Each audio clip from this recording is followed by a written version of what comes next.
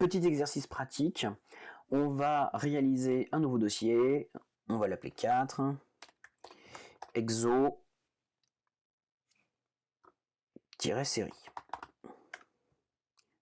Hop, on fait un nouveau fichier, index.php, bim, on remet notre HTML à l'intérieur et on va mettre notre PHP ici.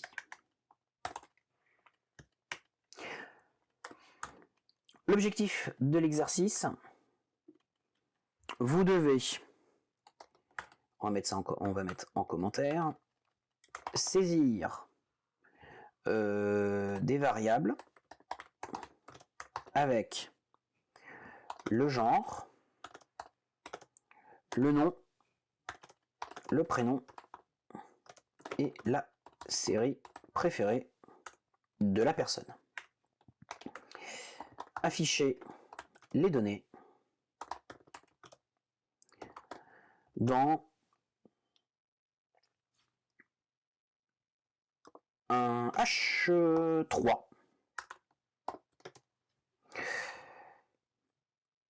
avec l'ID qu'on va appeler titre 3 plus une classe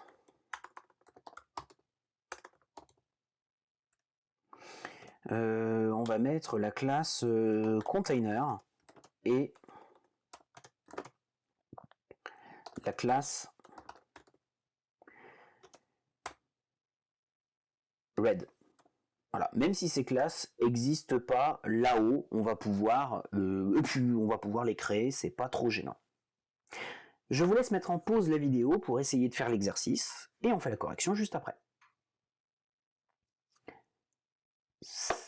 Petite correction donc maintenant de l'exercice. On va donc saisir les variables avec le genre, le nom, le prénom et la série préférée de la personne et c'est parti. Donc on va bien créer nos trois variables.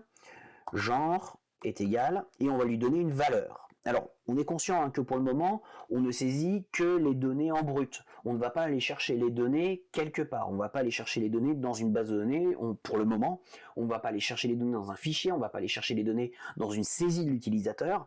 Pour le moment, on va juste mettre les données directement brutes. Je demande ensuite le nom de la personne, le prénom de la personne et sa série préférée. Ensuite, il n'y a plus qu'à mettre les genres. Monsieur Dupont, Jean et sa série préférée, Game of Thrones.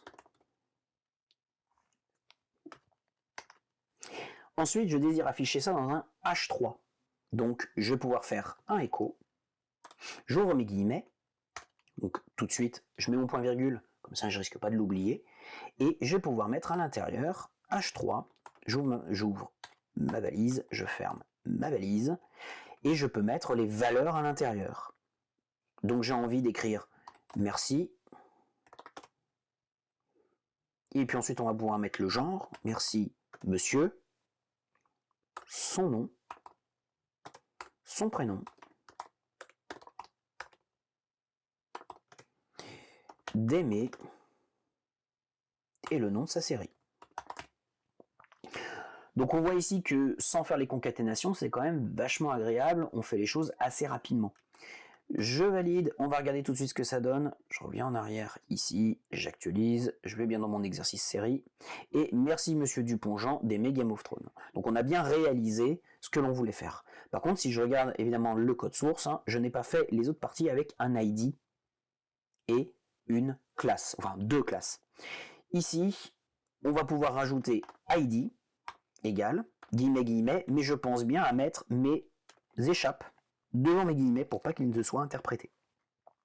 Et je peux bien mettre l'ID titre 3, sans espace, petite erreur dans mon énoncé.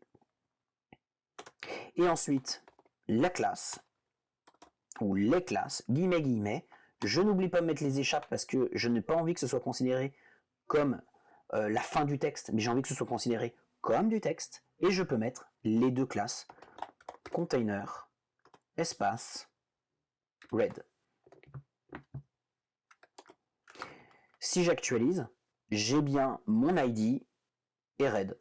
Si on veut tester maintenant pour aller plus loin, on peut rajouter un petit style très rapide au-dessus. Alors, encore une fois, ça, ce genre d'écriture, de mettre du style directement en brut au-dessus, c'est dégueulasse. Normalement, on n'a pas le droit de faire ça, on le fait rarement, mais là, pour les exercices, c'est quand même vachement pratique, parce que comme ça, on a tout à l'écran, le HTML, le CSS et le PHP.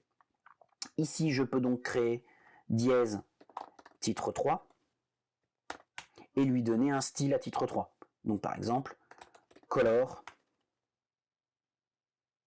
blue. J'actualise.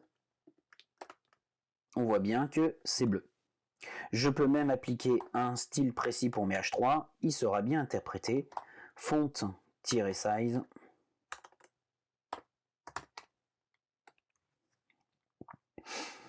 40 pixels. J'actualise. J'ai bien un grand texte.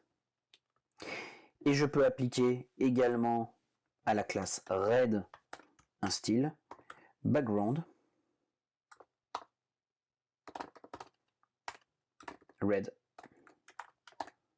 Et ça y est, ça fonctionne. Donc là, on arrive à travailler sur plusieurs langages en même temps, du HTML, du PHP et du CSS.